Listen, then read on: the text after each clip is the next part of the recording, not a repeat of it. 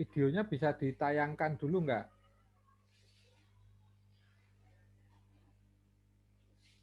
Bisa nggak videonya ditayangkan dulu? Kalau bisa nonton film dulu aja nih.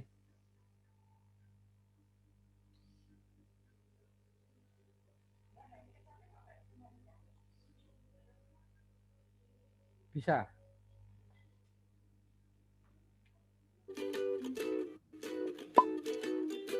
Ya, kita lihat film dulu aja ya.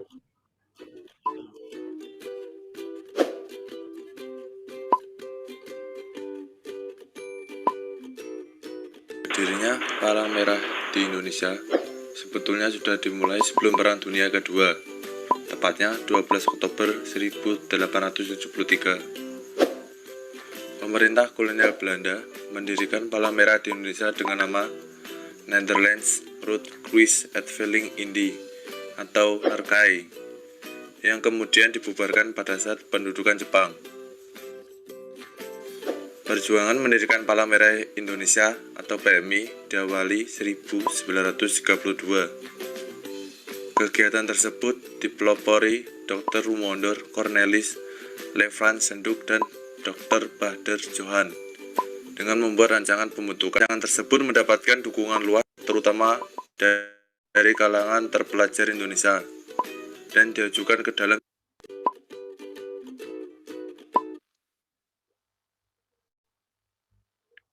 Sudah? Kepotong ya? Sudah, nggak apa-apa. Slide-nya aja. Mau diulang, Pak. Tadi ada trouble. Oke, ya.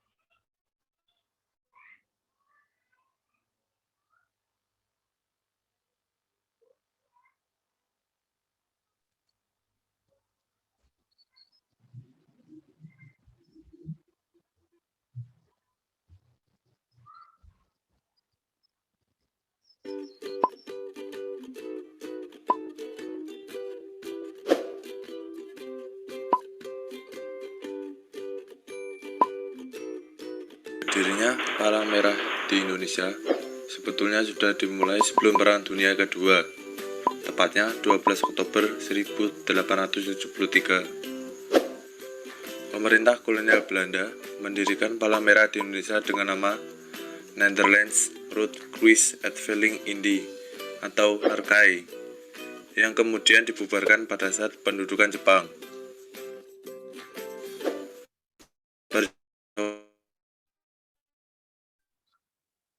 Di awal 1932, kegiatan tersebut dipilih oleh Bahdar Johan.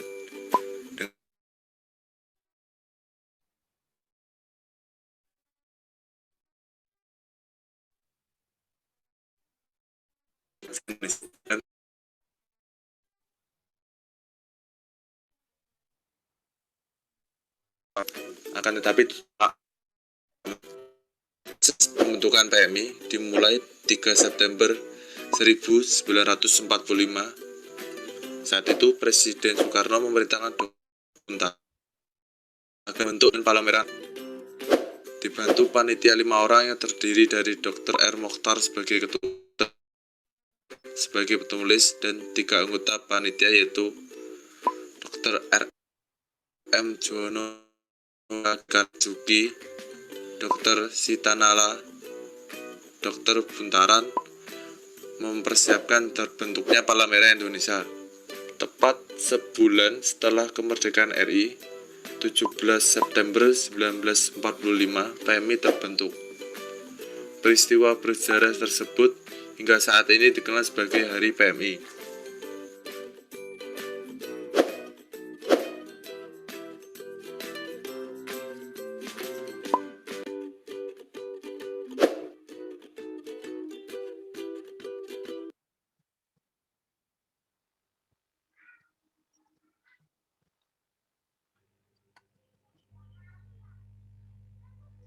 Ya, oke. Kita ke slide selanjutnya aja.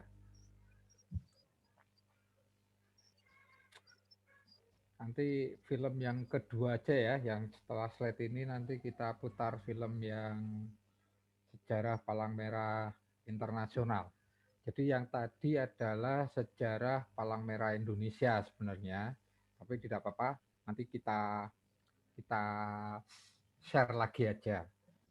Ya, baik teman-teman, untuk bicara tentang gerakan Palang Merah ini secara sejarah itu sudah berdiri lebih dari 1 abad yang lalu. Nah, slide-nya bisa di next kan, Mbak Operator?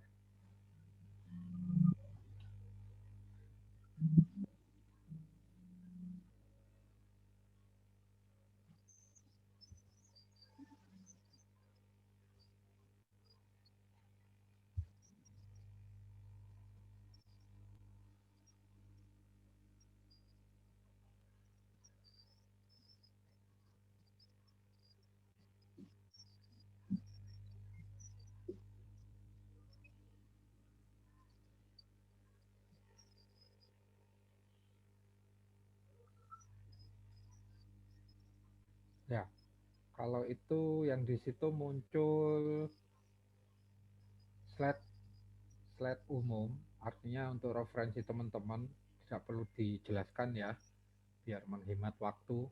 Kalau hemat waktu kan hemat pulsa juga ya kan.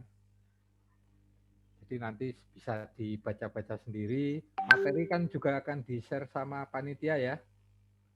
Ya, kalau nanti misalkan teman-teman ada pertanyaan atau hal-hal yang urgent lainnya, bisa via chat langsung ya. Jadi biar lebih mudah nanti, lebih cepat, lebih efektif. Kalau secara umum ini Palang Merah Internasional, gerakan Palang Merah itu ada prinsipnya yang saat ini dikenal dengan prinsip 7 prinsip dasar Palang Merah dan Bulan Sabit Merah Internasional. Jadi ada penamaan namanya Palang Merah dan Bulan Sabit Merah Internasional. Mungkin teman-teman sudah banyak tahu, ada beberapa lambang palang merah, ada juga lambang bulan sabit merah. Hanya beda nama, gerakannya sama, prinsipnya sama. Bahkan seragamnya hampir sama, hanya berbeda dengan lambangnya, berbeda negaranya, berbedanya.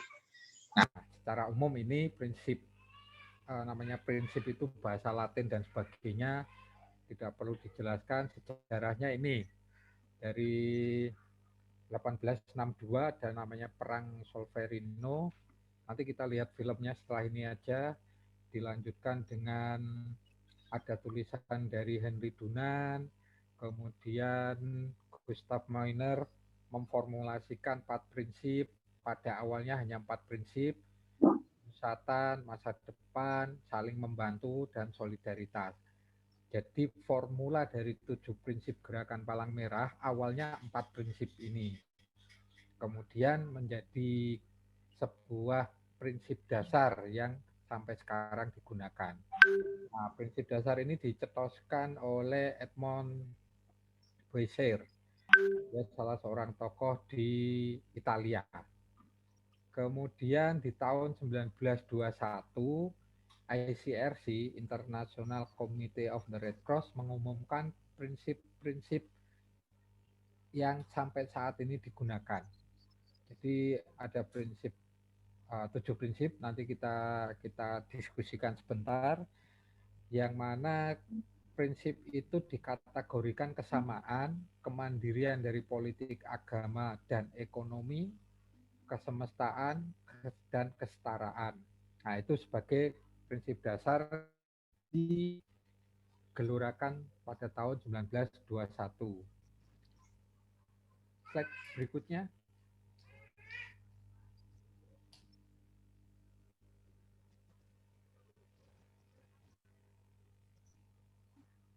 Nah, ini informasi sejarah lebih detail secara tahun saja. Nanti teman-teman bisa baca-baca sendiri. Lanjut, Mbak.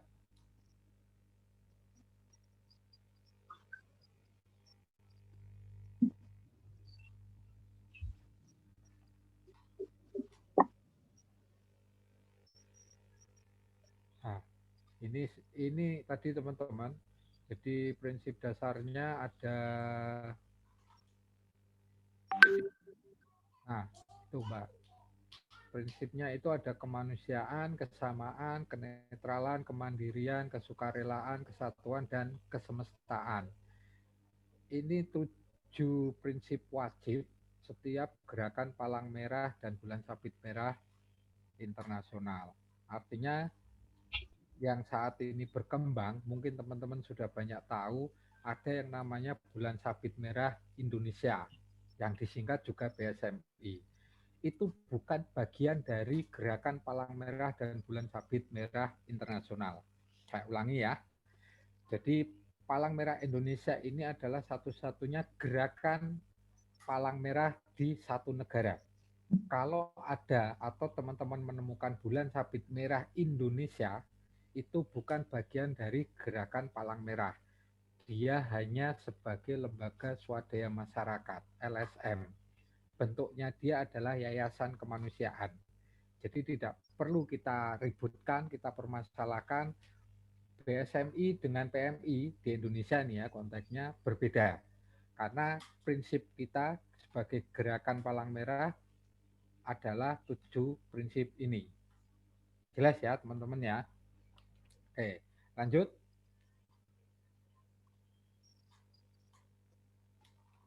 Nah, ini sih sebagai informasi tambahan, ada prinsip utama. Prinsip utama kita adalah kemanusiaan dan kesamaan. Kalau bicara kemanusiaan dan kesamaan, secara umum teman-teman sudah paham ya apa arti kesamaan, apa arti kemanusiaan. Semua dasar dari gerakan adalah kemanusiaan. Kemudian ada prinsip turunan atau derivasi, yaitu kenetralan dan kemandirian. Kenapa harus netral, kenapa harus mandiri? Agar nantinya tidak memihak.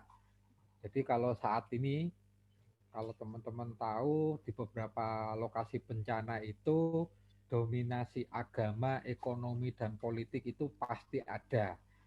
Tapi PMI bisa masuk ke semua wilayah. Jadi misalkan kayak saat ini yang terjadi di Sulawesi Barat. Sulawesi Barat, sebelumnya ada Sulawesi Tengah, sebelumnya lagi ada Nusa Tenggara Barat. Nah, secara budaya masyarakat berbeda. Secara agama, pilihan politik, suku, ras, dan agama berbeda. Jadi kita akan menjadi bagian dari Palang Merah kalau kita mulai sekarang punya sifat, punya prinsip netral, sehingga bisa diterima di mana-mana. Nah, sebagai relawan Palang Merah, teman-teman juga harus netral. Artinya netral bukan berarti hanya di Palang Merah, tidak. Tapi bersikap ketika sebagai anggota Palang Merah itu harus netral. Misalkan nih teman-teman yang saat ini aktif di kampus, pasti ikut kegiatan UKM lain, misalkan Pramuka, Mapala, Menwa, ataupun keagamaan yang lain, Rohis, dan sebagainya. Boleh. Namun ketika nanti teman-teman ditugaskan menjadi relawan PMI, relawan Palang Merah, ya semua baju UKM yang lain dilepas, semua kepentingan yang lain dilepas. Semua harus mengikuti aturan Palang Merah. Kayak kami, ini pengalaman ketika saya ditugaskan di Filipina. Tahu ya, Filipina salah satu negara di ASEAN. Bahasa kita beda, budaya kita berbeda, tataran masyarakatnya berbeda. Di sana situasi politiknya lebih mengerikan. Jadi teman-teman sering lihat film perang ya, di mana-mana masuk wilayah orang lain, tembaki, ditahan, disiksa dan sebagainya. Nah, waktu itu kami tim dari Indonesia selalu menggunakan atribut Palang Merah. Setiap ada pemeriksaan checkpoint, boleh, silakan. Jadi selalu ditanya, where you come from? Kita hanya bicara Red Cross, kita jawab Red Cross, Indonesian Red Cross. Diizinkan masuk ke semua wilayah karena aparat-aparat keamanan, aparat pemerintah itu pasti tahu yang namanya palang merah. Sehingga dia juga paham, oh tugasnya palang merah itu netral. Sehingga tidak ada hak atau tidak boleh dihalang-halangi ketika ada situasi darurat. Nah, itu salah satu pengalaman saya sudah buktikan kalau kita netral di mana-mana pasti diterima. Sama kayak teman-teman kalau di kampus jangan jangan berpihak ke sebelah kanan, ke sebelah kiri kalau tidak jelas atau tidak paham akar rumputnya, ya. Apalagi di organisasi KSR kan sering nih kampus UIN itu demo dulu, tapi sekarang nggak ada kayaknya ya karena pandemi ya, jadi nggak usah ikut demo. Dulu kami tahun-tahun 98, kalau teman-teman baca sejarah itu tahun panas, tahun politik, tahun reformasi. Pernah kampus kita waktu itu kampus 2 dan kampus 3 itu dikepung oleh polisi karena ada gesekan antara mahasiswa dengan beberapa partai yang saat itu lagi memanas situasinya, bahkan dengan tentara. Nah, yang sudah di dalam kampus tidak boleh keluar, yang di luar nggak boleh masuk. Nah, saya waktu itu bagian dari anggota Palang Merah, anggota KSR, perintah dari komandan siapkan tim suatu ketika dibutuhkan. Dengan beberapa teman kita nyiapkan tandu, rompi, peralatan lain, kemudian kita menggunakan rompi dan atribut Palang Merah. Ketika kita mau butuh beli sesuatu keluar untuk kepentingan tim ini, kita beli obat merah, beli pembalut dan lain-lain. Nah, kita keluar dibolehkan sama polisinya. Oh, silakan Mas. Oh, silakan Mbak. Masuk juga boleh. Sedangkan yang lain nggak boleh karena situasinya dianggap pelaku atau anggota dari pendemo. Nah, itu salah satu keuntungan ikut Palang Merah. Akses kita keluar masuk bebas. Itu ya teman-teman, itu sedikit cerita. Suatu saat nanti kalau kita ketemu cerita-cerita lebih lanjut. Ya, kita lanjutkan ke prinsip organis nih, kesukarelaan, kesatuan, kesemestaan. Nah, 7 prinsip ini kalau teman-teman ini wajib hafal ya. Biasanya saya menyingkatnya manusia sama netral mandi suka satu smash biar lebih mudah untuk menghafalkan, mengingat-ingatnya. Lanjut.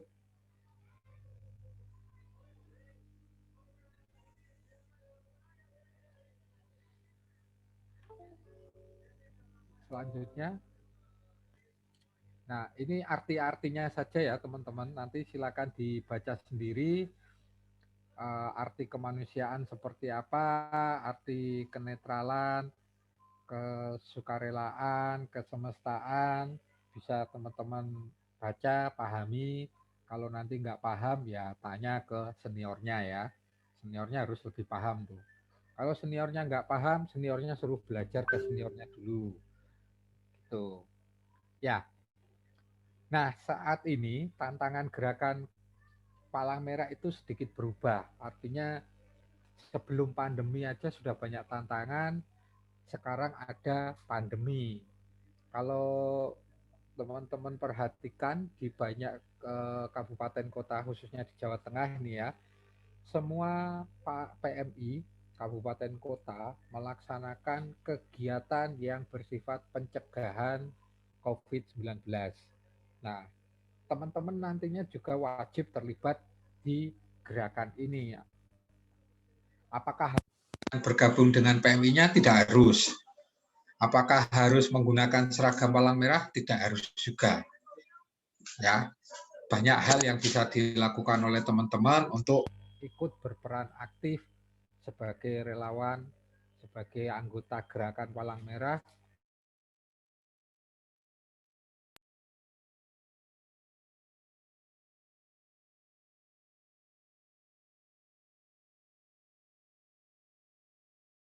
Pak Operator,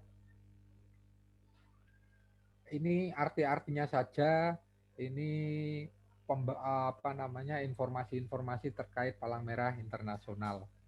Nanti silakan dibaca sendiri ya. Oh ya, saya sambil ngopi boleh ya? Teman-teman teman-teman kalau sambil ngopi sambil yang lain boleh, yang penting fokus. Nah, ini teman-teman tadi saya singgung sedikit terkait dengan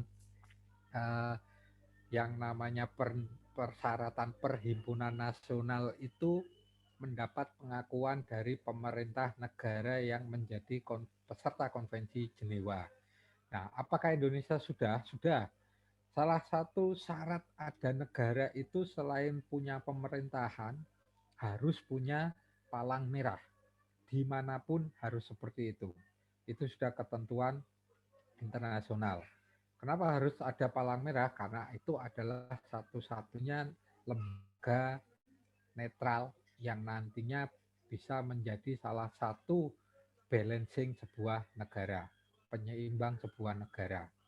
Nah, kayak PMI didirikan 17 September 45, sebulan sesudah kemerdekaan Republik Indonesia, karena itu syarat yang harus dipenuhi. Jadi teman-teman, bagi kami anggota-anggota Palang Merah, kami staf-staf Palang Merah ini ada satu kebanggaan kalau gerakan kita ini gerakan yang sudah mendunia. Nah, dulu saya juga tidak pernah berpikir untuk menjadi staf Palang Merah. Saya hanya ikut kegiatan KSR, aktif, kemana-mana, ya siap, walaupun banjir, susah, bencana, ya sudah kita nikmati. Rumah saya kebanjiran aja, saya malah tugas di banjir yang lain. Pengalaman saya itu. Nah, ini teman-teman juga seperti itu, artinya memprioritaskan mana yang membutuhkan bantuan terlebih dahulu, dan mana yang, oh kalau nanti masih bisa ya nggak masalah. Gitu teman-teman. Next.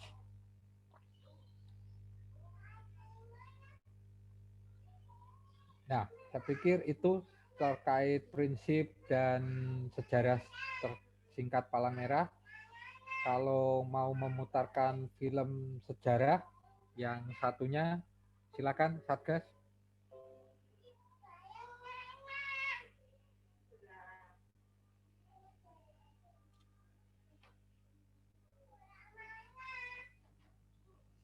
Bisa diputar filmnya ya, yang satunya.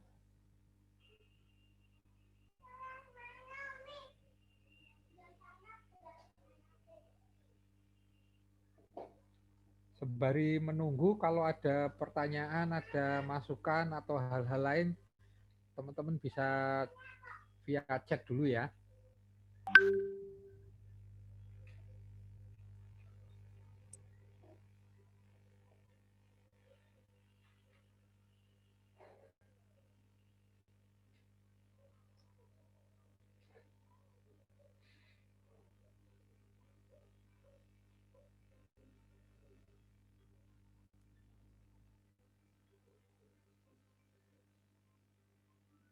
Operator sudah bisa atau ngadat?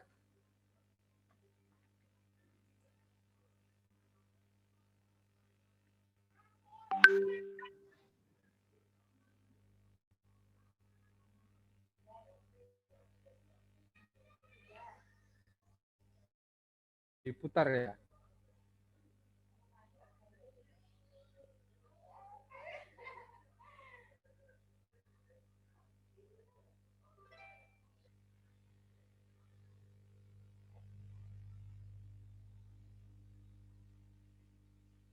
Hilang Mbak slide-nya ya.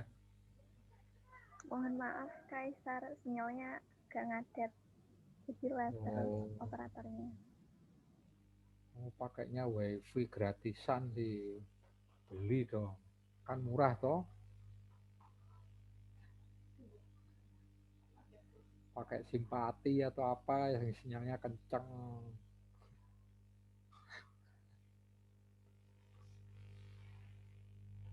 Atau saya slide dari tempat saya bisa nggak?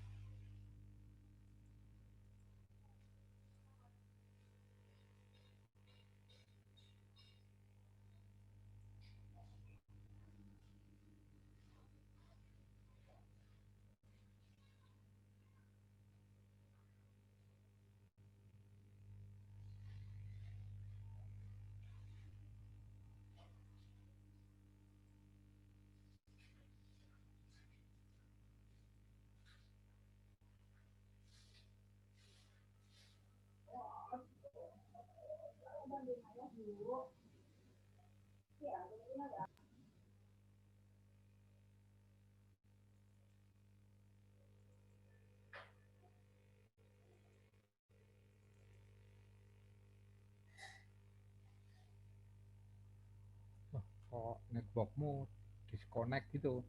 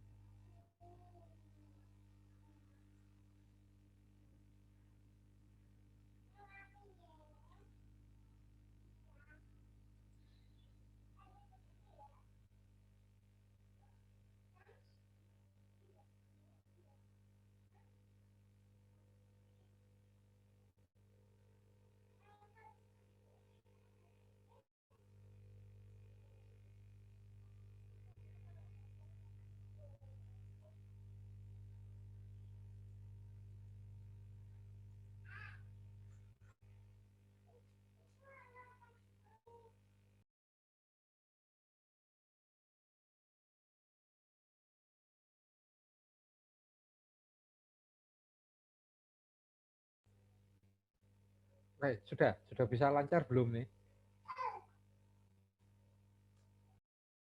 Oke, Pak. Udah bisa dilanjut. Ya, oke teman-teman, kita lanjutkan ya. Tadi nyampe mana? Oh, sampai itu lambang palang merahan ya. Slide berikutnya. Ini jadi teman-teman, yang pertama kalau bicara lambang, bicara tentang Palang Merah Indonesia, saat ini kita tidak hanya memiliki Kepres, keputusan Presiden ketika itu tahun 1945, tapi juga sudah memiliki Undang-Undang Nomor 1 tahun 2018. Kemudian disusul lagi juga dengan PP Peraturan Pemerintah Nomor 7 tahun 2019. Jadi sudah lengkap secara hukum bahwa Palang Merah Indonesia itu salah satu perhimpunan nasional yang sah dan diakui oleh negara maupun internasional. Nah, ini yang ada di dalam undang-undang, lambang palang merah itu sama sisi secara bentuk, ya. Artinya bukan lambang yang lain. Kalau beberapa kali mungkin teman-teman masih, kalau lambang paling kali dikonotasikan dengan salib ataupun bentuk yang lain, dan itu salah ya. Kalau teman-teman punya kalkulator, punya HP, lambang kita itu kayak lambang plus, tambah, tapi bentuk kita lebih presisi. Dari lambang itu teman-teman perhatikan, yang lebih gampang istilahnya kita sering menyebut 5 kotak. 5 kotak kita jadikan satu, itu bentuknya kayak gitu, sehingga semuanya sama sisi palang merahnya ya. Jadi teman-teman ingat, kalau bikin KIE, bikin gambar maupun apapun yang berkaitan dengan lambang, perhatikan itu. Karena kalau berbeda nanti maknanya juga akan berbeda atau disalah artikan. Ya, lanjut next berikutnya.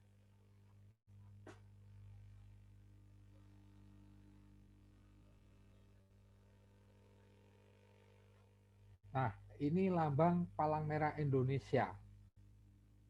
Jadi selain hanya merah saja, di Indonesia memilih lambang palang merah dengan kelopak melati 5. Kita mengistilahkan kok kelopak melati 5 ya.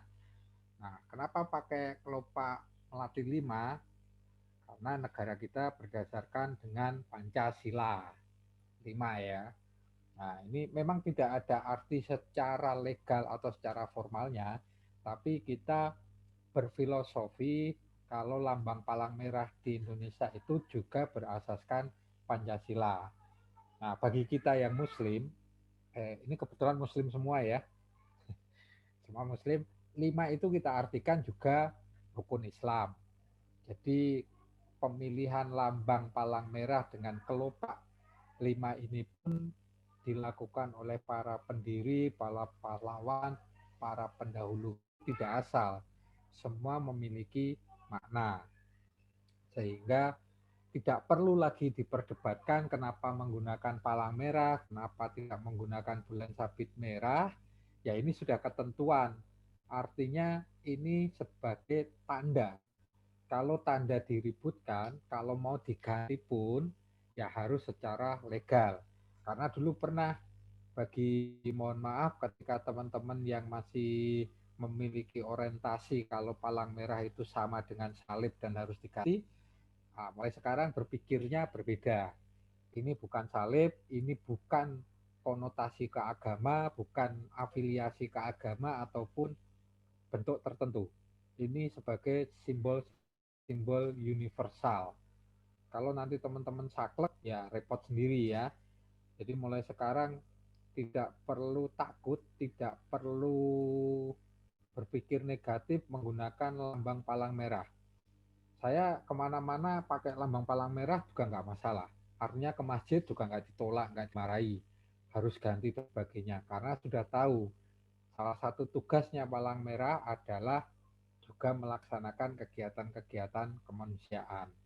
Nah, ini teman-teman, bentuk dari lambang palang merah ini sudah legal sesuai dengan yang ada di Undang-Undang Nomor 1 Tahun 2018. Selanjutnya,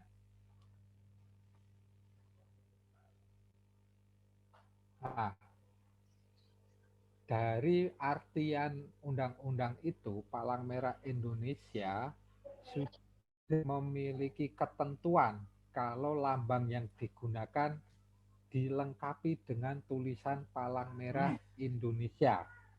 Dan satu lambang lagi, logo lagi, menggunakan huruf PMI ya. Di sebelah kiri kita ini, sebelah kiri teman-teman ini yang palang merah Indonesia, itu kita sering menyebut sebagai lambang utama atau logo utama.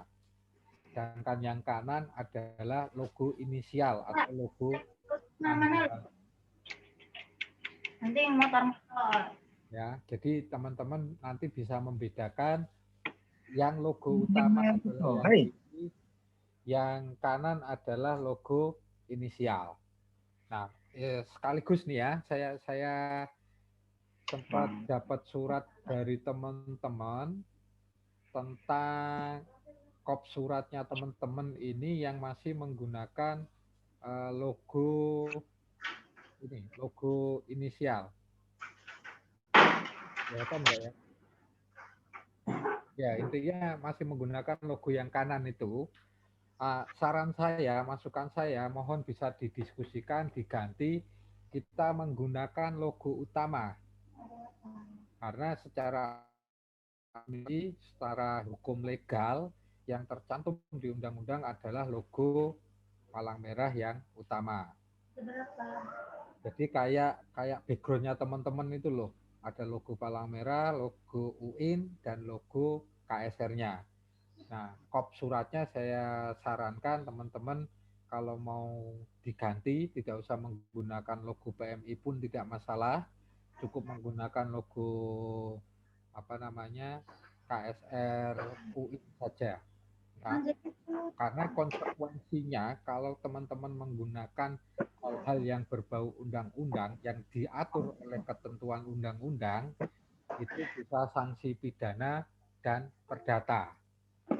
Makanya teman-teman bisa nanti diskusikan kapan-kapan kalau perlu teman-teman pengurus bisa diskusi ngobrol bareng dengan saya ya. Mungkin minggu depan saya ada di kantor hari Selasa, kalau enggak Rabu nanti calling-callingan lagi ya. Itu termasuk seragam. Nah, teman-teman saya sarankan jangan lagi menggunakan kaos dengan logo palang merah besar. Karena nanti konsekuensi dari penggunaan itu juga bisa ke ranah hukum. Ya, sekali lagi saya ingatkan, Kalau teman-teman pasca diklat ini nanti mau membuat seragam, silakan menggunakan logo yang sudah atau logo-logo yang sesuai aturan. Silakan desain draftnya bisa di-share ke saya dulu atau ke seniormu yang lain. Jadi seragam saat ini yang sedang ditertibkan adalah baju. Selain baju, tidak bisa dinamakan seragam. Kalau teman-teman bikin kaos, boleh, tapi logo palang merahnya di punggung belakang kecil. Ya, di depan logo KSR unitnya saja tidak apa-apa. Kalau mau bikin kaos, ya, kalau nggak bikin ya nggak apa-apa. Kalau bikin juga bagus. Artinya teman-teman kalau ada kegiatan bersama bisa gunakan identitasnya. Tuh, lanjut, next selanjutnya.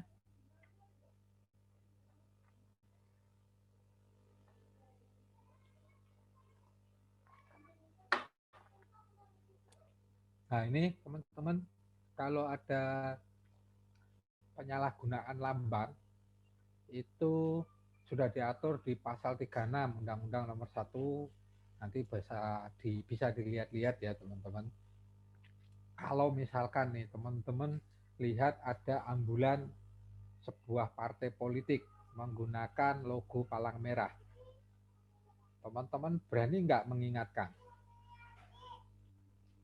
Kalau berani, ya harus, kewajiban teman-teman mengingatkan, karena itu sudah menyalahi ketentuan dari undang-undang. Partai itu kepentingan pribadi atau negara. Kalau partai kita bisa sebut adalah kepentingan kelompok.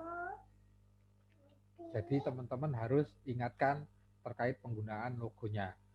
Ataupun teman-teman PMR, bagi yang alumni PMR nih ya, sekaligus mengingatkan alma maternya, adik-adik juniornya, jangan lagi membuat kaos dengan logo palang merah yang besar.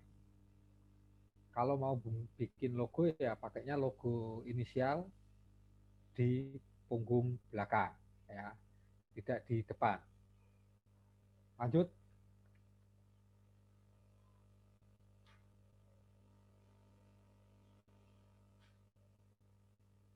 Next selanjutnya.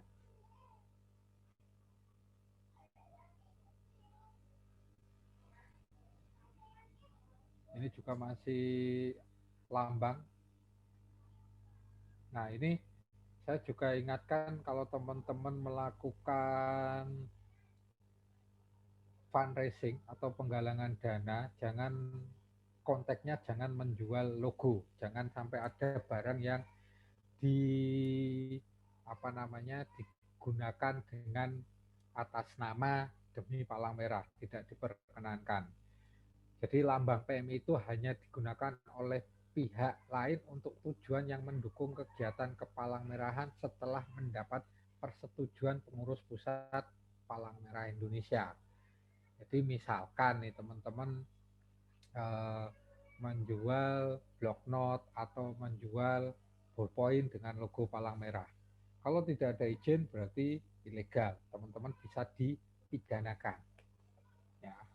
Atau teman-teman melakukan penggalangan dana di kampus maupun di jalanan dengan menggunakan logo palang merah besar. Jangan, tidak disarankan. Kalau teman-teman mau menggalang dana, gunakan nama KSR-nya saja. Artinya tidak menjual lambang palang merahnya. Makanya kami masih menyarankan, berharap, apalagi beberapa tempat sekarang sedang menggalang bantuan untuk Sulawesi Barat, untuk bencana di Kalimantan, untuk bencana di beberapa tempat yang lain. Nah, kenapa tidak boleh menggunakan secara langsung lambang palang merah? Karena teman-teman KSR, Korps Sukarela itu tidak menjadi bagian dari sebuah pelayanan.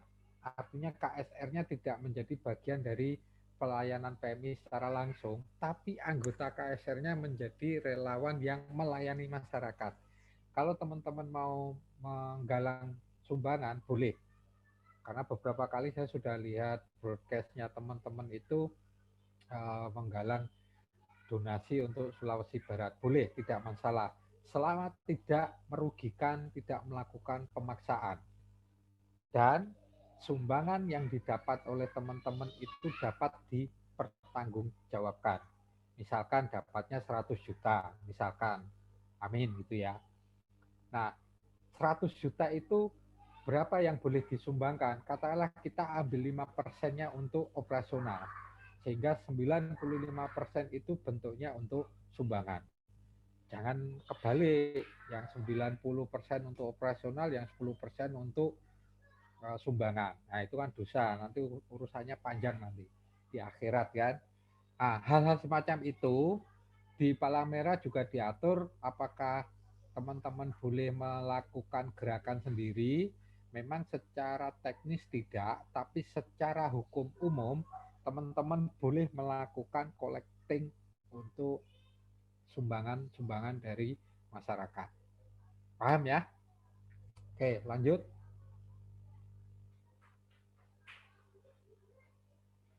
Ini masih, nah ini konsekuensinya ada pidana penjara 1 sampai 10 tahun. Ada denda dari 100 juta sampai 10 miliar. Nah, ini belum pernah terjadi. Tapi bibit-bibit ke situ sebenarnya sudah ada karena sudah banyak pelanggaran dari beberapa pihak, dan di awal ini karena undang-undang kita kan baru 2 tahun ini, tahapnya masih sosialisasi. Dulu beberapa kali ke beberapa produk kesehatan itu menggunakan palang merah. Teman-teman bisa lihat kayak betadine itu atau obat yang lain, bahkan pembalut wanita itu juga dulu pernah ada yang menggunakan simbol palang merah. Akhirnya diberikan surat, diberikan informasi, dilakukan sosialisasi dan advokasi, mereka paham sehingga sekarang sudah tidak ada lagi logo palang merah yang digunakan untuk sembarangan. Lanjut.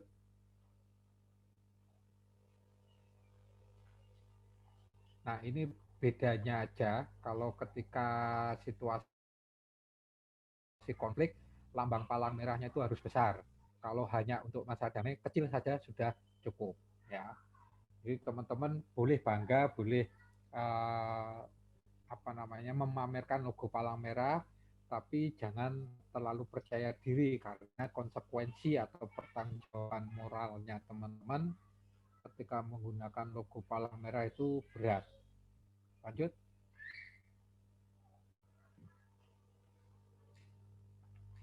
Nah, ini aturan yang sedang diusulkan di PMI Pusat. Kita nantinya menggunakan logo semacam ini. Tadi saya sudah jelasin, kita punya logo palang merah itu yang seperti di gambar itu di kiri dan di kanan. Yang di tengah, Indonesian Red Cross ini hanya digunakan ketika ada penugasan luar negeri atau penugasan internasional. Karena kadang orang luar itu kalau baca palang merah Indonesia agak ribet. Taunya itu Indonesian Red Cross. Lanjut.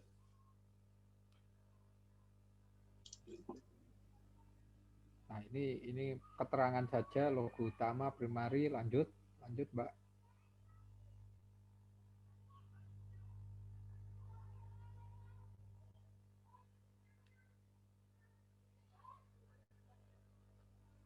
Slide selanjutnya.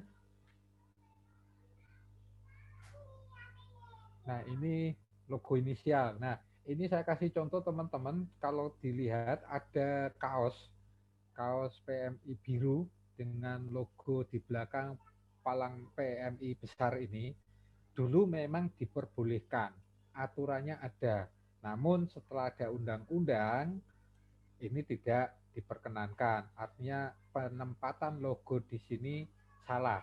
Karena logo palang merah harus di atas dasar putih, tidak boleh di atas dasar warna apapun. Ya, jadi kalau teman-teman lihat di backgroundnya teman-teman sendiri itu dominasi biru, tapi ketika di logo diberikan warna putih, dasar putih. Nah, itu yang apa namanya teman-teman pahami bahwa logo-logo ini tidak boleh sembarangan digunakan ya. Jadi teman-teman harus pastikan kalau melihat logo atau membuat sesuatu dengan logo ini harap hati-hati. Lanjut.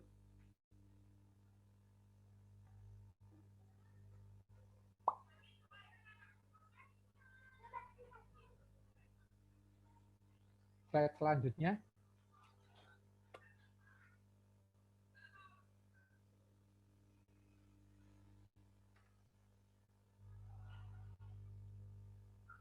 Operatornya ngadat nih. Ya, ini masih penjelasan. Nah, ini yang tidak kalah penting, jenis huruf dari tulisan palang merah. Itu tidak akan teman-teman temukan dimanapun. Di laptop, di Google pun tidak ditemukan, karena jenis huruf Helvetica New Bold ini khusus, artinya ada hak patennya. Makanya teman-teman kalau menggunakan logo palang merah atau mau mencantumkan, jangan membuat sendiri, tapi mengambil dari yang sudah ada, agar tidak merubah ini bentuk tulisan maupun logonya ya. Lanjut.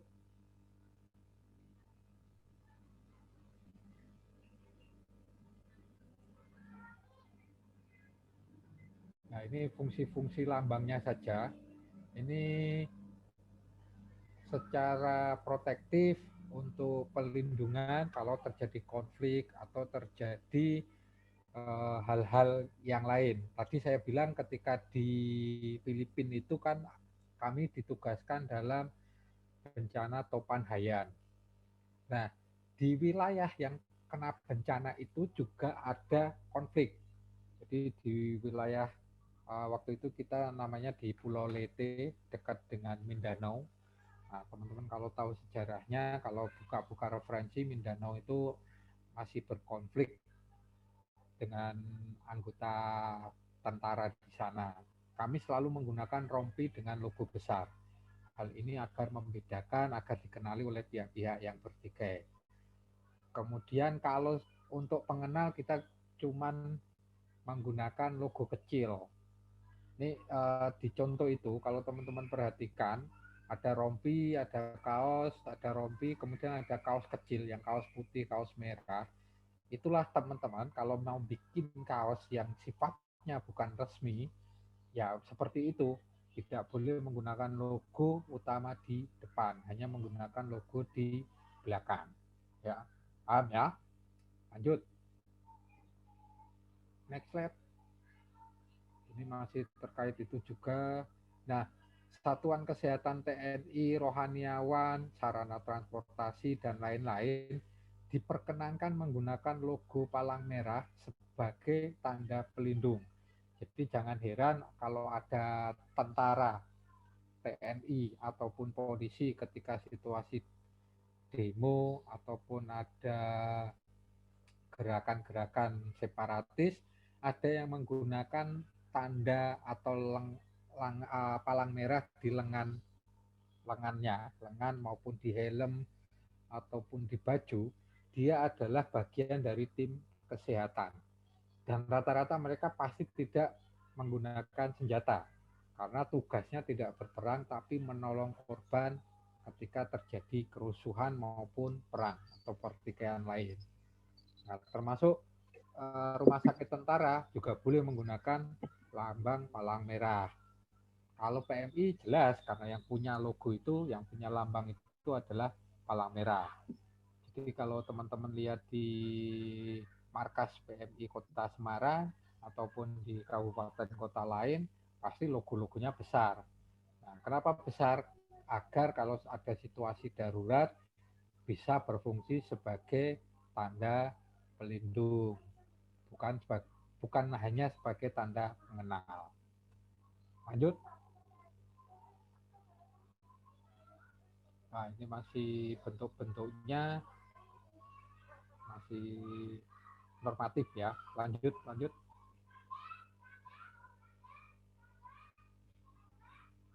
Nah, ini juga sama, hanya bicara tentang situasi konflik, situasi damai.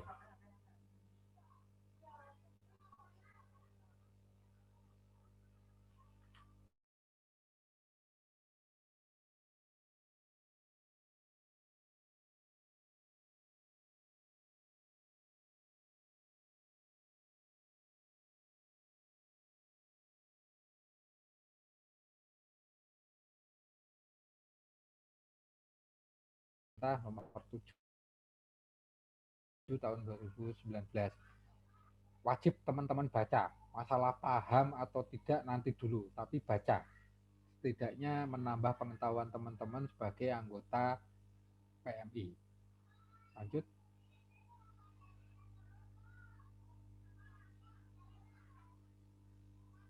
Lanjut lagi, nanti bisa dibaca-baca sendiri.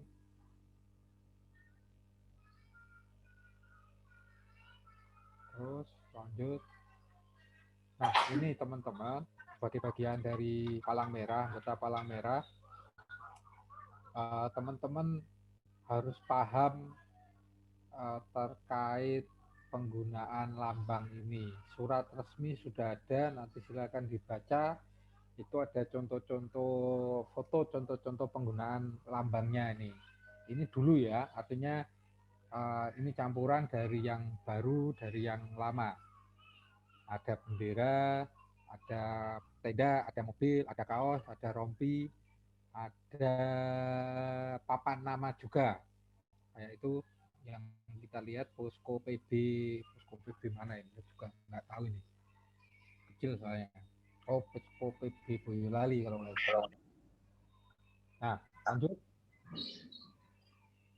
Kayaknya sudah selesai. Oh, masih ini ya. Nah, ini contoh-contoh saja penggunaan lambang. Ada yang benar, ada yang masih salah. Kalau teman-teman lihat tuh posko penanggulangan bencana Kota Pekalongan, nah seharusnya logo Palang Merah, penempatan logo Palang Merah yang benar seperti itu ya, posisinya seperti itu. Ini yang paling benar. Yang sebelah kiri, yang posko Palang Merah Kabupaten Temanggung, Purworejo ini logonya benar, tapi penempatannya yang salah. Jadi setiap penggunaan logo, penempatan logo, bidang sekeliling dari logo itu harus lebih luas, artinya tidak berdekatan. Masih ada jarak dengan yang lainnya. Nah, logonya yang tercantum di diklat KSRU ini itu sudah benar menurut saya, meskipun kurang lebar sedikit tidak apa-apa. Ukurannya, kalau mau bikin logo yang sesuai dengan aturan, logo Palang Merah sekitarnya itu ukuran plusnya ini beredar di kiri kanannya. Kiri kanan atas bawah itu satu plus, satu palang merah. Jadi itu yang namanya kita sebut free zone. Jadi ada ruang kosong di kiri kanannya gitu, kiri kanan atas. Ya, saya kira itu teman-teman terkait palang merah, terkait lambang. Kalau memang teman-teman ada hal yang mau ditanyakan, silakan bisa lewat chat, bisa lewat yang lain, atau lewat seniormu juga lebih bagus. Kalau ada hal-hal lain yang sekiranya perlu penjelasan lebih lanjut, saya ketik nomor saya di chat ya. Jadi teman-teman boleh informasikan hal-hal apapun terkait dengan kegiatan-kegiatan Palang Merah. Termasuk juga apabila teman-teman menemukan kegiatan-kegiatan atau aktivitas di tempatnya teman-teman, teman-teman bisa lakukan informasi, share informasi, terutama kalau ada bencana itu teman-teman boleh kami diinformasikan. Kira-kira itu teman-teman. Kalau ada hal-hal lain, monggo silakan ditanyakan pada seniornya teman-teman ya. Terima kasih. Saya kembalikan ke moderator. Ya, terima kasih Pak atas penyampaian materi yang sudah sangat jelas ini. Kemudian acara selanjutnya saya serahkan kepada panitia.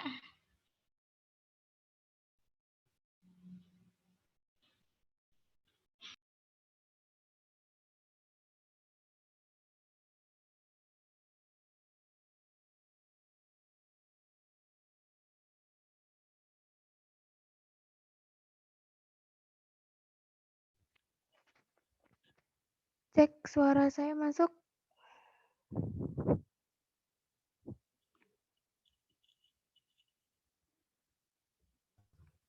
Masuk. Masuk.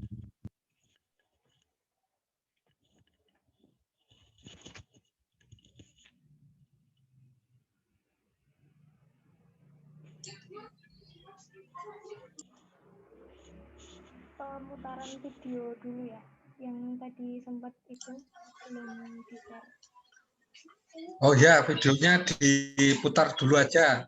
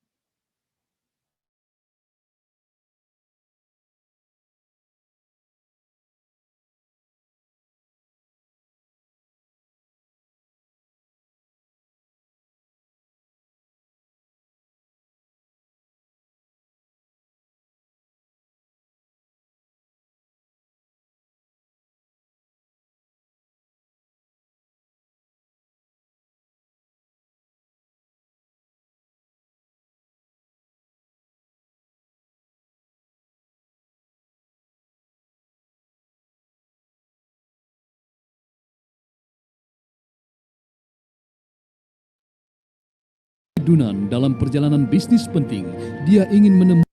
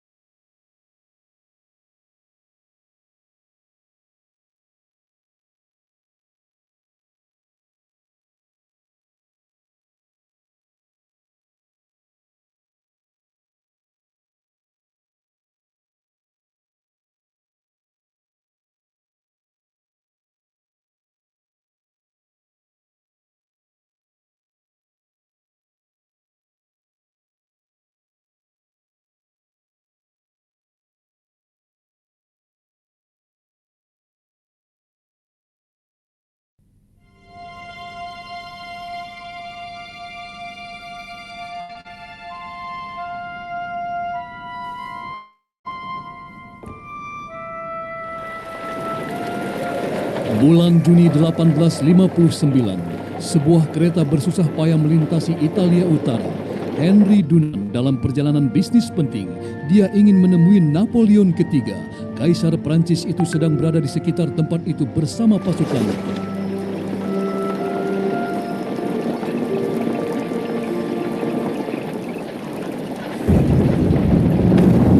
Dunant tiba-tiba terjebak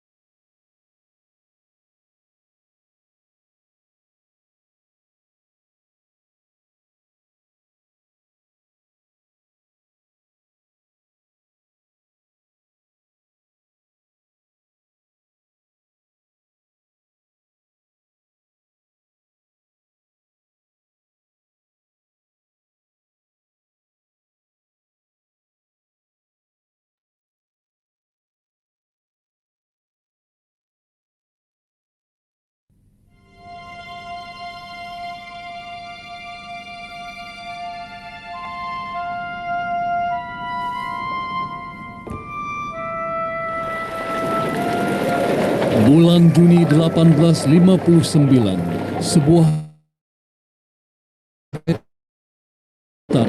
Henry Dunant dalam perjalanan bisnis penting, dia ingin menemui Napoleon III. Kaisar Prancis itu sedang berada di sekitar tempat itu bersama pasukannya.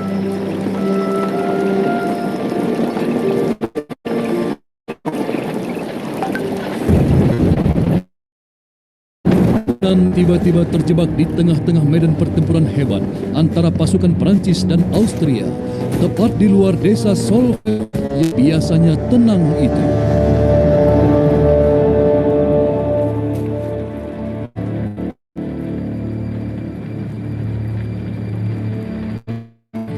Petang harinya, ribuan orang bergelimpangan, tewas, sekarat, atau luka-luka. Satuan medis tidak bisa berbuat apa-apa. Para yang masuk karena kelelahan dan bersimbah darah.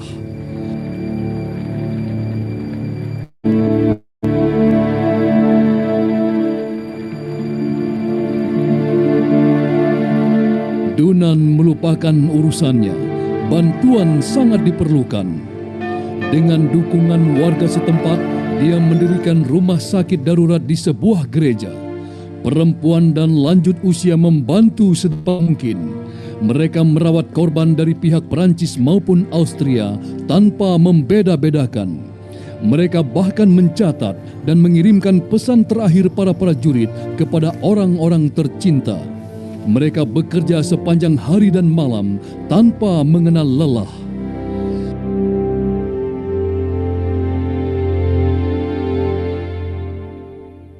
Sekembalinya ke Swiss, Dunant menulis sebuah buku, Kenangan dari Solferino, yang terbit pada tahun 1862. Dunant mengusulkan dibentuknya organisasi relawan yang netral dan mandiri di setiap negara untuk merawat dan melindungi prajurit yang terluka di medan perang tanpa pandang bulu. Gagasan Dunan yang revolusioner ini memperoleh dukungan. Dunan dan 4 rekannya kemudian mendirikan Komite Internasional Palang Merah atau ICRC. Pada tahun 1964 diadakan Konferensi Diplomatik Internasional di Jenewa yang mengadopsi Konvensi Jenewa pertama tentang bantuan kemanusiaan dan perlindungan netral bagi prajurit yang terluka. Seusai Perang Dunia Kedua, diadopsi 3 konvensi Jenewa lagi yang masing-masing melindungi korban luka, korban sakit, dan korban karam dalam perang di laut, tawanan perang, dan penduduk sipil yang terkena dampak perang.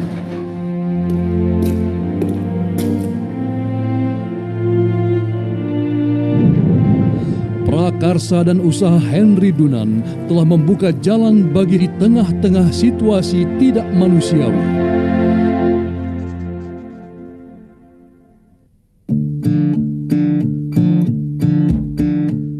Dewasa ini hampir 200 negara telah menandatangani konvensi-konvensi Jenewa, inti dari hukum humaniter internasional.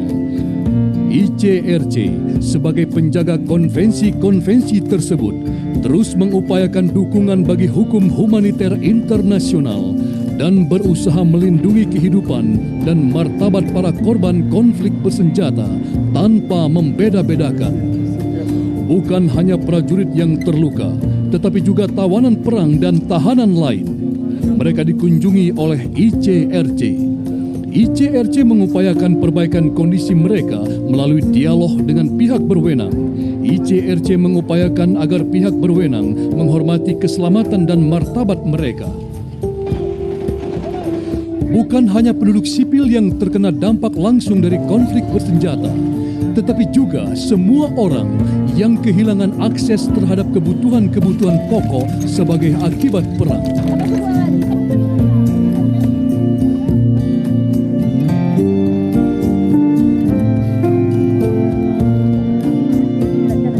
ICRC dengan bantuan Perhimpunan Nasional Palang Merah dan Bulan Sabit Merah berusaha memulihkan hubungan anggota keluarga yang terpisah akibat perang. Dimanapun terdapat penderitaan akibat konflik bersenjata, ICRC berupaya untuk hadir dan menghimbau pihak berwenang, politisi, dan militer agar melindungi kehidupan, hak, dan martabat semua orang.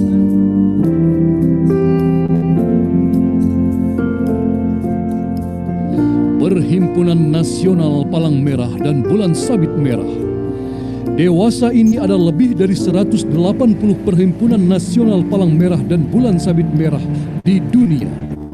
Mereka bertindak pada saat konflik bersenjata serta melakukan kegiatan pada masa damai untuk membantu kelompok-kelompok paling rentan.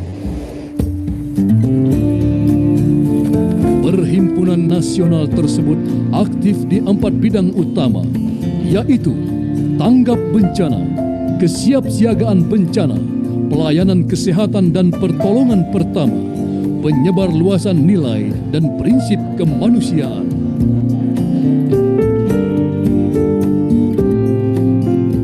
Federasi Internasional Perhimpunan Palang Merah dan Bulan Sabit Merah. Pada tahun 1919, Perhimpunan-perhimpunan nasional mendirikan federasi sendiri yang sekarang dikenal sebagai Federasi Internasional Perhimpunan Palang Merah dan Bulan Sabit Merah. Federasi ini bertugas mengkoordinasi kegiatan internasional perhimpunan-perhimpunan nasional dan menyampaikan seruan bantuan kepada dunia internasional bila mana terjadi bencana alam, situasi darurat lain seperti pengungsian penduduk atau krisis sosial ekonomi. Federasi juga bertugas memperkuat kapasitas perhimpunan-perhimpunan nasional untuk memberikan bantuan secara lebih efektif kepada para korban. Saat ini juga jutaan staf dan relawan Palang Merah dan Bulan Sabit Merah sedang membantu mengurangi rasa takut, kelaparan, dan berbagai kebutuhan lain yang merupakan gagasan pokok Henry Dunan.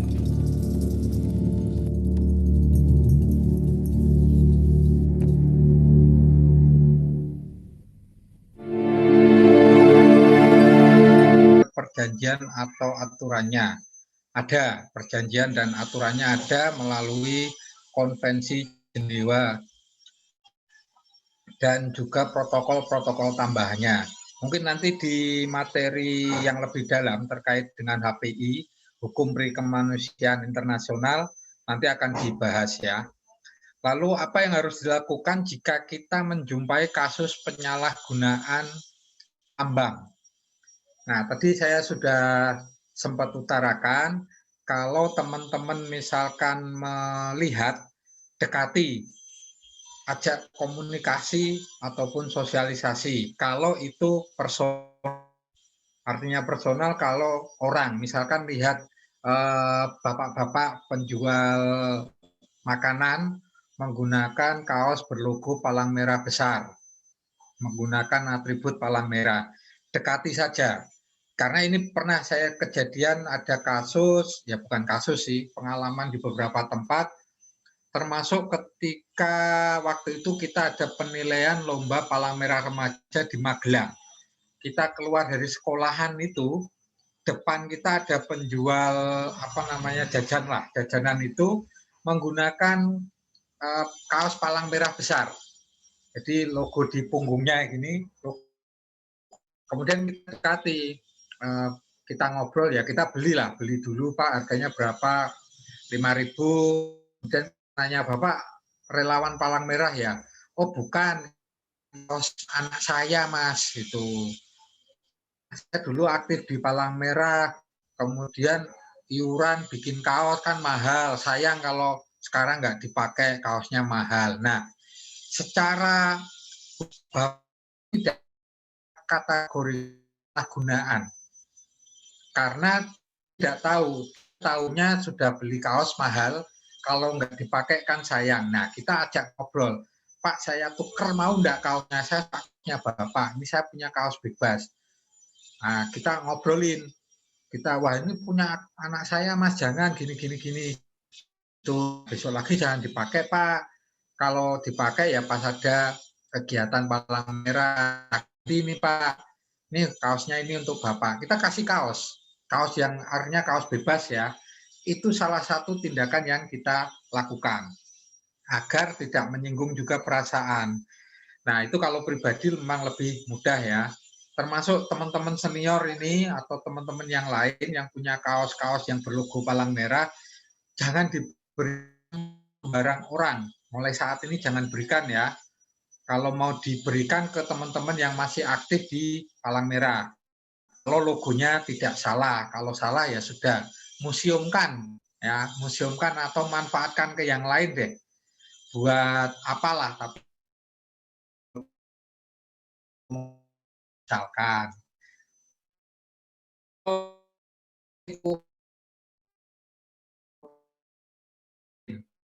ajak komunikasi juga, akan ke Palang Merah Indonesia Kabupaten Kota ataupun provinsi, baik secara lisan maupun tertulis.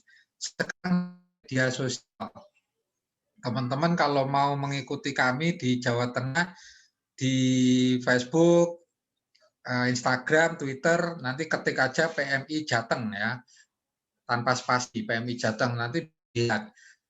Bisa melalui akun-akun medsos tersebut, atau melalui secara pribadi ke WA saya juga boleh.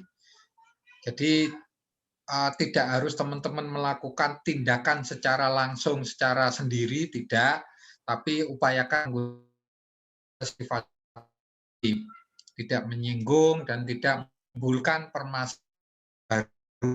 Nah, ini yang harus hati-hati. Ada pernah, ini cerita aja, ada satu kasus konteksnya asusila. Yang pelaku ini menggunakan seragam palang merah remaja.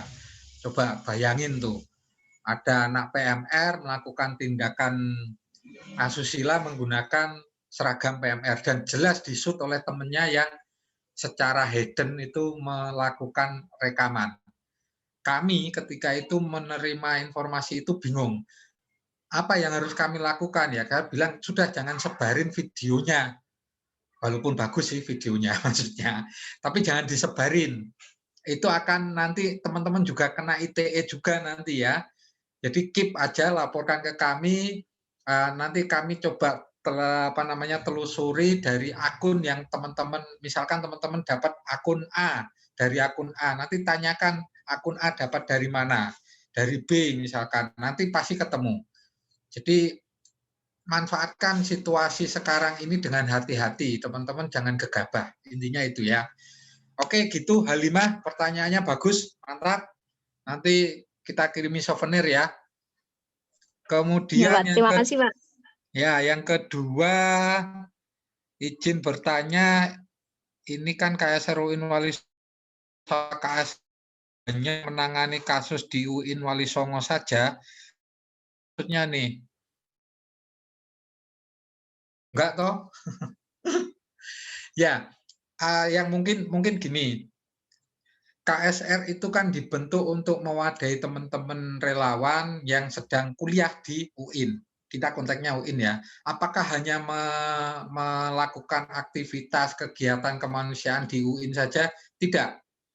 Nah, teman-teman ingat, kita punya 7 prinsip tadi, kesukarelaan, kesemestaan. Kalau bicara kesemestaan, tentunya ya semuanya bisa. Beberapa kali senior-seniormu itu melakukan kegiatan lintas desa, lintas unit, lintas kota, dan sebagainya. Tidak ada masalah, artinya selama koridor administrasi, komunikasi, informasi, teman-teman lakukan. Misalkan, saat ini di Kudus, Grobogan, ada banjir. Mungkin teman-teman kan ada yang dari daerah-daerah itu. Kalau teman-teman mau bergabung, silakan datang ke PMI-nya, menginformasi ke PMI setempat, kabupaten kota setempat, bahwa siap melakukan bantuan atau siap bergabung menjadi tim sukarela di sana. Entah nanti bagian masak, entah nanti bagian usung-usung barang, atau bagian distribusi, semuanya terserah dengan BKO atau komando yang berikan. Nah, saat ini teman-teman, bagi teman-teman yang baru, kalau memang mau terlibat aktif dalam kegiatan bencana, boleh. Saran saya, pastikan teman-teman memiliki kemampuan tentu. Akan nih, teman-teman kan punya handphone semua. Saya pikir terkait dengan foto, dokumentasi, video, teman-teman pasti jago. Nah, ajukan diri, misalkan ke PMI Kudus nih, saya KSR UIN nih, kebetulan lagi di rumah, saya mau bergabung, saya mau mendokumentasikan semua kegiatan PMI di bencana. Boleh, nggak masalah. Ya, selama dikomunikasikan. Jadi teman-teman setiap kegiatan jangan romli ya, atau romli ya, rombongan liar. Liar itu artinya tidak terkoordinir, tidak diinformasikan, niatmu bagus, tapi kalau jalanmu salah, ya nanti jadi masalah. Ya, jadi tidak sebatas di UIN saja. Kiri kananmu itu kan banyak perumahan, banyak desa. UIN ya. Saya sering dulu saran ke teman-teman seniormu itu, permasalahan sampah ini kan sangat mengganggu. PMI Palang Merah itu juga melaksanakan yang namanya adaptasi perubahan iklim, pengurangan risiko bencana. Nah, kumpulkan sampah-sampah plastik itu, jadikan sebuah kegiatan ataupun bentuk hal yang positif. Dulu sudah pernah waktu zaman-zaman siapa itu, seniormu itu, kawan itu, pernah mengumpulkan lumayan, bisa untuk nambah-nambah kas. Di kampus itu kan kertas, plastik kan banyak, nggak usah gengsi. Kampung sampah seperti itu bukan pekerjaan hina, justru itu mendatangkan rezeki kan. Nah, bisa jadi untuk uang kas, bisa jadi buat seragam, artinya beli kaos. Jangan lupa saya dikasih kalau bikin kaos ya. Gitu. Bukan hal-hal itu. Teman itu bisa melakukan tapi kadang nggak konsisten, nggak istiqomah. hanya cari muka, hanya cari panggung dan sebagainya. Bukan, dan tidak bicara konteksnya kemanusiaan secara harfiah saja. Jangan menunggu bencana untuk membantu sesama, ya.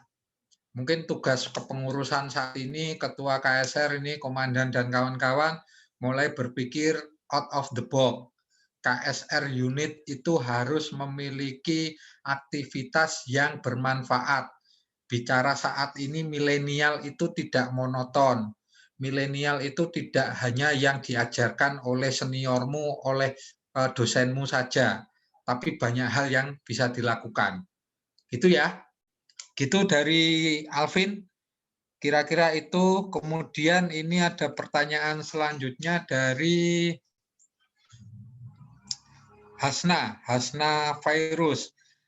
Apakah sedari awal ICRC dibentuk, lambang atau logonya sudah berbentuk palang merah, dan apa urgensi pembentukan lambang bulan sabit merah serta kristal merah? Terima kasih. Ya, lambang palang merah itu awalnya memang tidak palang merah, artinya kesepakatan awal itu hanya menggunakan logo atau bentuk bendera yang berbeda-beda dari setiap kesatuan perang. Kala itu di Solferino dan di beberapa benua lain, baik di Afrika maupun Eropa, ada kesatuan-kesatuan kesehatan menggunakan logo-logo berbeda. Misalkan kayak dulu Turki menggunakan logo bulan sabit, tapi tidak warna merah. Bendera Turki tahu ya, bendera Turki kan warnanya merah. Kemudian Swiss. Nah, bentuk logo palang merah ini kebalikan dari bendera Swiss. Swiss itu logonya palang putih, karena pencetus-pencetus ICRC ini adalah tokoh-tokoh di Swiss, sehingga ada kesepakatan sebagai penghargaan negara Swiss sebagai negara netral, dibalik palang merah dengan dasar putih. Kalau logonya Swiss, palang putih di atas dasar merah. Nah, akhirnya itu yang disepakati. Kemudian pembentukan lambang bulan sabit merah itu mengakomodir dari kala itu pendapat tentang tanda plus ini masih sangat kuat. Artinya ini menjadi satu diskusi yang sengit, perdebatan yang seringkali anarkis. Di negara-negara Muslim tidak menginginkan ada logo yang berbentuk palang merah karena dikhawatirkan dimaknai dengan salib, sehingga disetujui dengan menggunakan bulan sabit merah. Ya. Ini sebagai wujud untuk toleransi ataupun menguatkan lembaga kemanusiaannya, bukan keagamaannya. Yang mana logo ini juga harus disepakati bersama, diajukan. Malaysia menggunakan bulan sabit merah. Dari dulu memang karena konteksnya adalah kerajaan Islam kala itu, palang merah tidak bisa diterima semua pihak. Yang diterima oleh semua pihak adalah bulan sabit merah. Sehingga diajukan ke internasional palang merah. Komite Palang Merah Internasional kemudian melakukan konvensi pertemuan besar yang menyetujui logo bulan sabit merah, lambang bulan sabit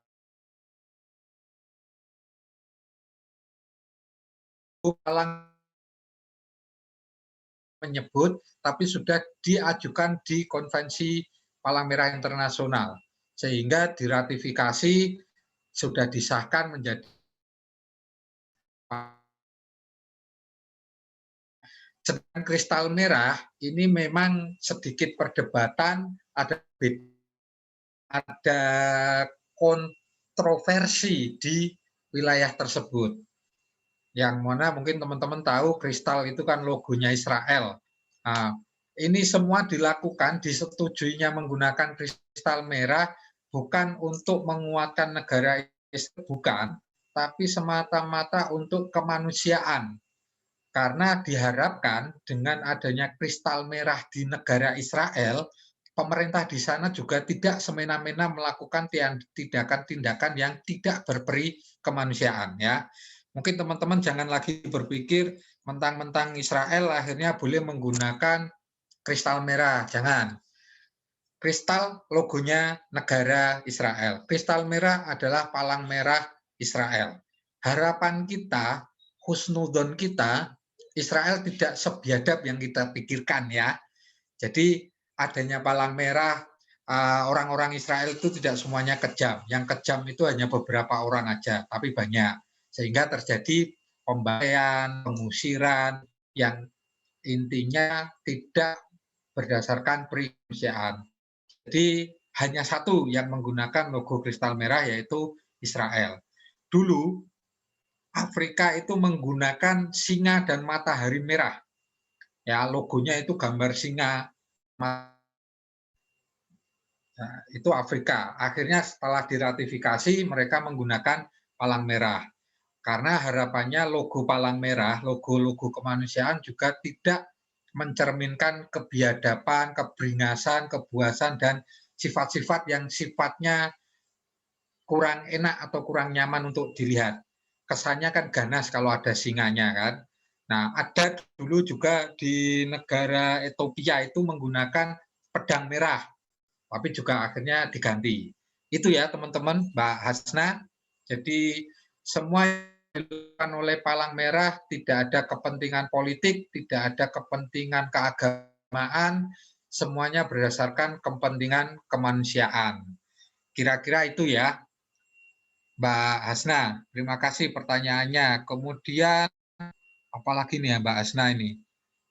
Apakah PMI itu hanya ada di setiap kabupaten kota? Ya ada. Jadi Palang Merah Indonesia itu di negara Indonesia hanya ada satu, namanya Palang Merah Indonesia.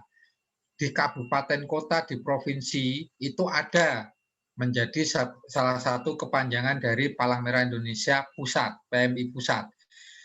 Jadi tingkatan Palang Merah itu dari pusat, provinsi, kabupaten kota, dan kecamatan. Ini secara kepengurusan legalnya. Diatur oleh undang-undang, diatur oleh anggaran dasar dan anggaran rumah tangga Palang Merah Indonesia. Jadi ada. Nah, kalau di tingkat kelurahan itu kita tidak menyebut sebagai lembaga Palang Merah, tapi komunitas.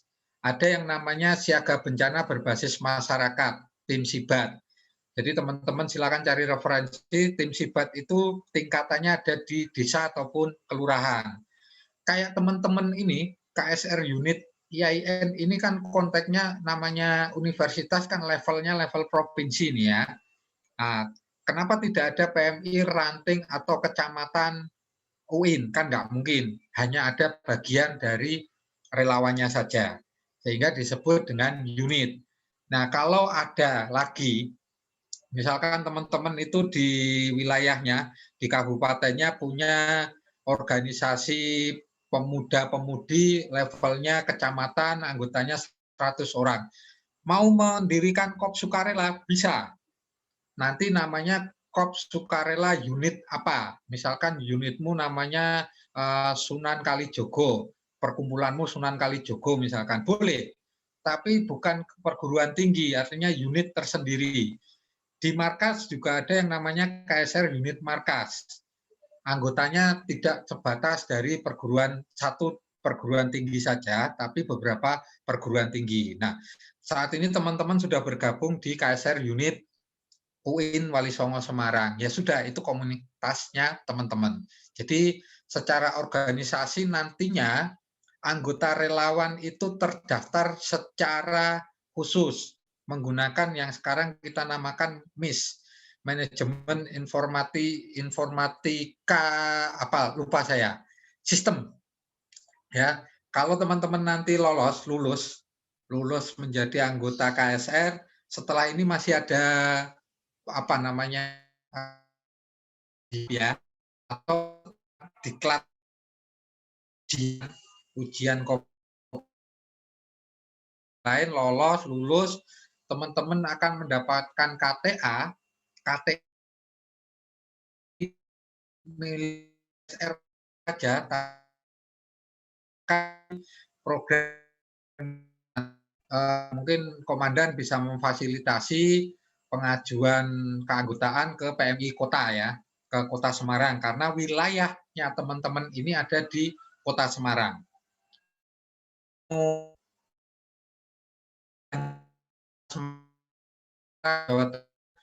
Kan bisa berkunjung ke masing-masing PMI-nya ya. Gitu ya, Mbak Hasna, tambahan pertanyaannya. Nanti Hasna dapat souvenir nih ya, komandan dicatat yang dapat souvenir. Kemudian ini Mbak Laila Askia. Di Indonesia sudah ditetapkan menggunakan palang merah, akan tetapi ada juga menggunakan bulan sabit merah. Dalam hukum sendiri, dalam hukum mana itu Mbak Asna, tugasmu itu, Mbak Asna, Mbak Laila. Mbak Laila yang mana Mbak Laila? Ini fotonya banyak banget ini. Angkat tangan. Oh ini, nomor 22 ini ya, Mbak Laila Askia. Mbak Laila Askia daerah mana? Asalnya dari mana? Banyu Batang, Pak. Weh, Batang. Batang mana? Iya. Batangnya Banyu Putih. Oh, Banyu Alun-alun. Tapi jarang di rumah saya, jangan ke rumah saya ya. Ya, Pak. Mbak Laila. Mbak Laila pernah melihat logo bulan sabit merah? Waktu itu pernah, Pak. Kan biasanya itu kalau yang Muhammadiyah itu pakainya bulan sabit merah. Ya. Mbak Laila ikut di bulan sabit merah juga nggak? Tidak, Pak. Tidak. Kenapa nggak ikut? Ya karena ikutnya palang merah. Oh, ikutnya palang merah. Emang bermusuhan palang merah sama bulan sabit merah?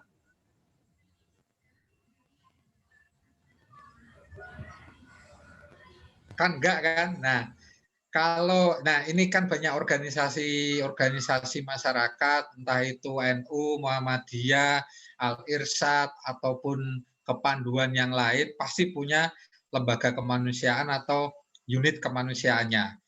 Kita nggak usah ambil pusing, Mbak Laila.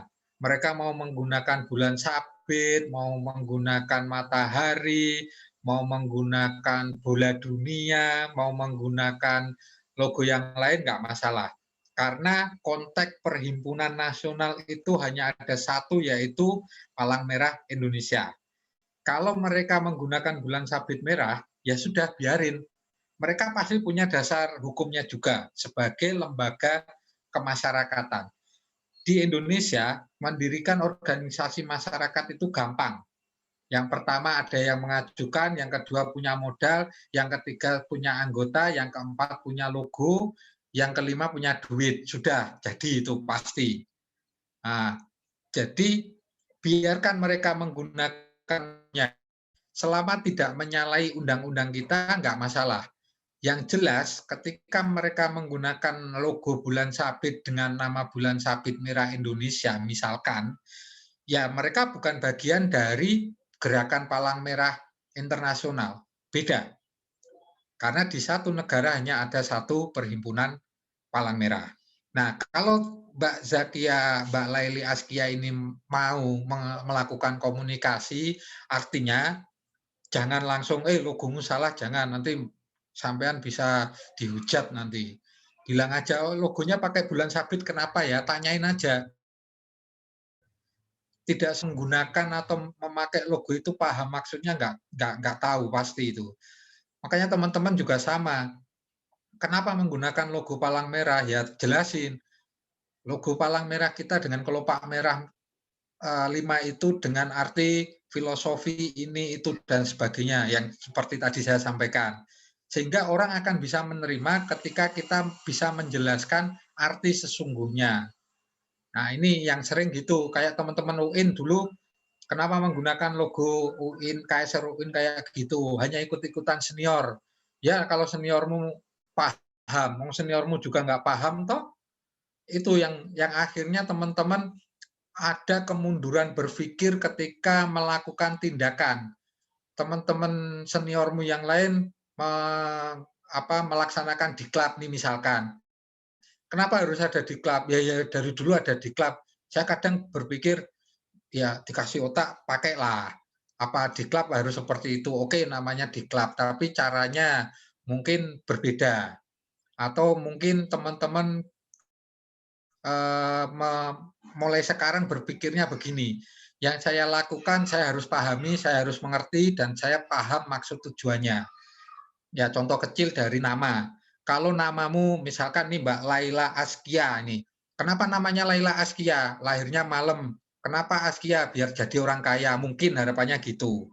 Kalau nanti suatu saat ada yang nanya, kenapa namamu Laila, wong lahirmu jam 1 siang? Kan akhirnya bingung sendiri toh. Iya ya, dan sebagainya ya. Kenapa seperti ini? Nanti jatuh-jatuhnya marah ke orang tua dan sebagainya. Nah, ini hal sepele. Teman-teman KSR juga harus sama, harus memperhatikan apa yang dilakukan mulai dari saat ini. Kira-kira itu ya Mbak Laila ya. Pertanyaannya bagus, dan teman-teman yang lain silakan berhati-hati kalau menggunakan logo palang merah. Mbak Laila Askia, nanti chatting saya ya, punya logo atau bulan sabit merah mana tadi, Muhammadiyah itu saya dikirimi ya Mbak Laila. Oh, hilang Mbak Laila, hilang nih. Nah, kira-kira itu teman-teman Satgas boleh dicatat tadi nama-nama yang dapat souvenir, Mbak Laila, Mbak Hasna, satunya siapa tadi? Mbak Halimah. Mbak Halimah ya. Kira-kira itu ada pertanyaan lain atau ada masukan lain? Silakan teman-teman.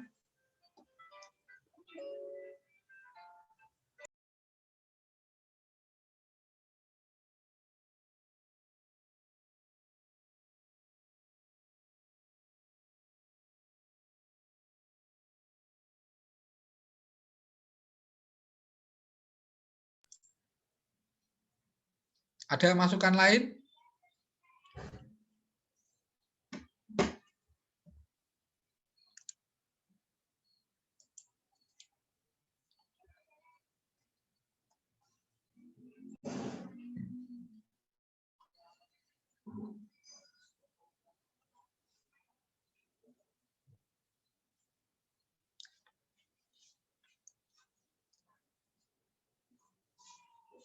Kalau sudah tidak ada masukan, saya tutup saja ya. Terima kasih teman-teman. Jangan lupa tadi Mbak Laila, Mbak Hasna, sama Mbak siapa tadi, Halimah, nanti bisa chatting saya untuk konfirmasi lebih lanjut souvenirnya. Oke? Terima kasih, mohon maaf atau apabila ada yang kurang jelas, nanti bisa dilanjut di lain waktu. Begitu ya, terima kasih teman-teman Satgas, pengurus, komandannya. Terima kasih. Assalamualaikum warahmatullahi wabarakatuh. Waalaikumsalam warahmatullahi wabarakatuh. Pak Nasir atas waktunya dan ilmunya. Foto bersama dulu Kaisar Nasir sebelum meninggal. Oke. Ya, oke. Teman-teman pengurus dan mohon untuk mengaktifkan kameranya ya. Operator, tolong untuk dibikin foto bersamanya.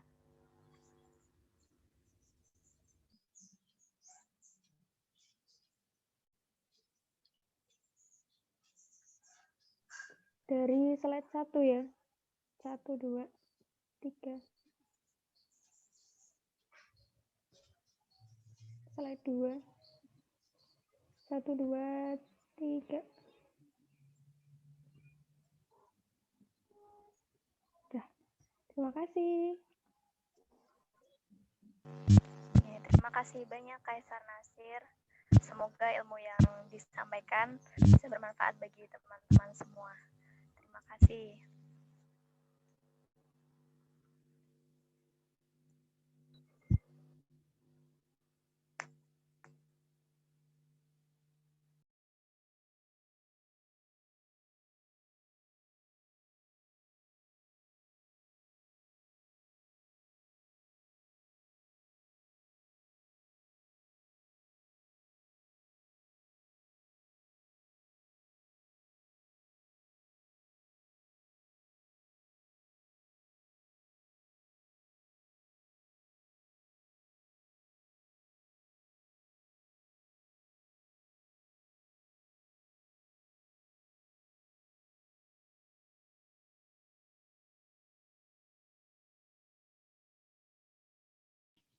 Oke ya, terima kasih atas waktunya. Suaranya terdengar ya?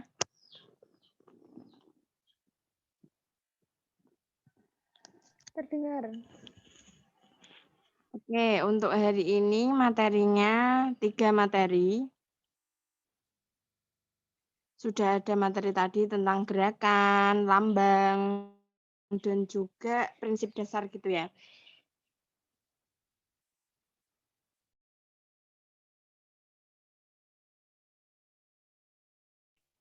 Dan setelah ini nanti ada daily test mengenai materi yang tadi sudah disampaikan oleh Kaisar Nasir ya dari PMI Jateng. Sangat menarik sekali tadi ya materinya.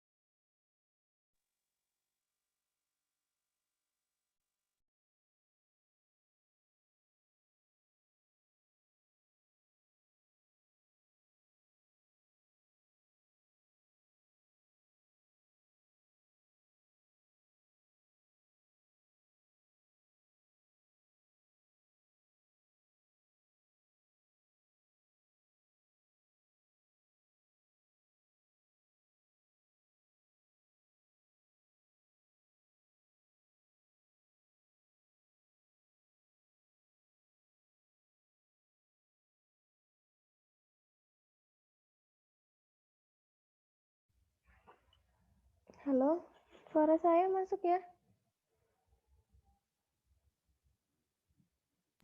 Hai, hai. Masuk dan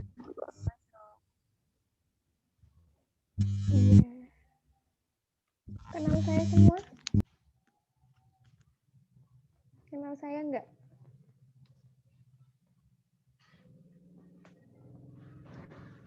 Cata 2020 ya? Kenal saya semua ya? Harus kenal saya, tak paksa ya.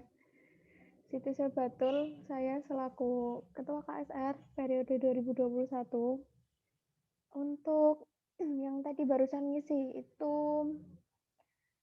dari senior KSR sendiri. Kaisar ya, Kaisar itu sebutan untuk senior KSR yang sudah lulus dari UIN Wali Songo, seperti itu. Beliau komandan tahun 2000 berapa tadi? Ya pokoknya itulah. Selanjutnya dari seksi acara sudah bisa masuk?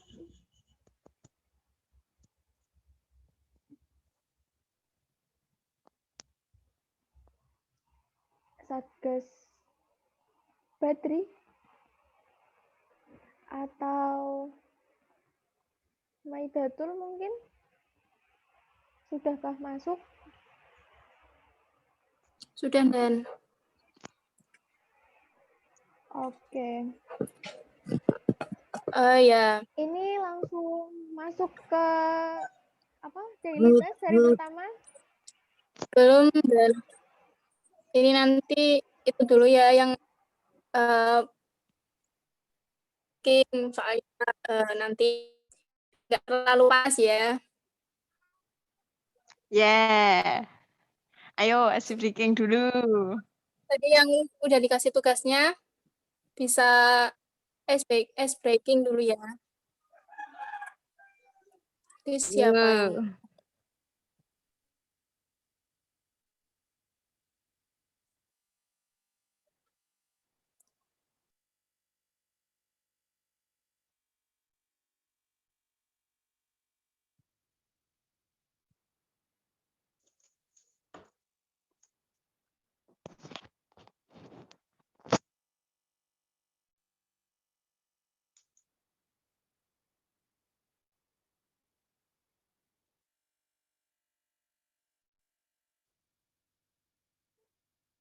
Yang tugas ice breaking ya, itu Shalwa, Lela, sama Nafi.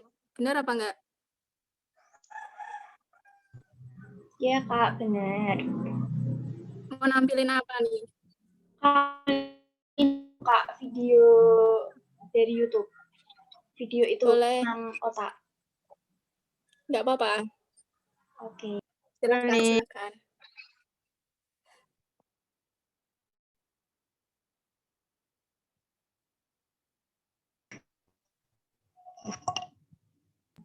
Untuk share screen-nya gimana Kak? Dijadiin co-host dulu mungkin. Oh ya, belum co-host jadiin co-host. Namanya siapa?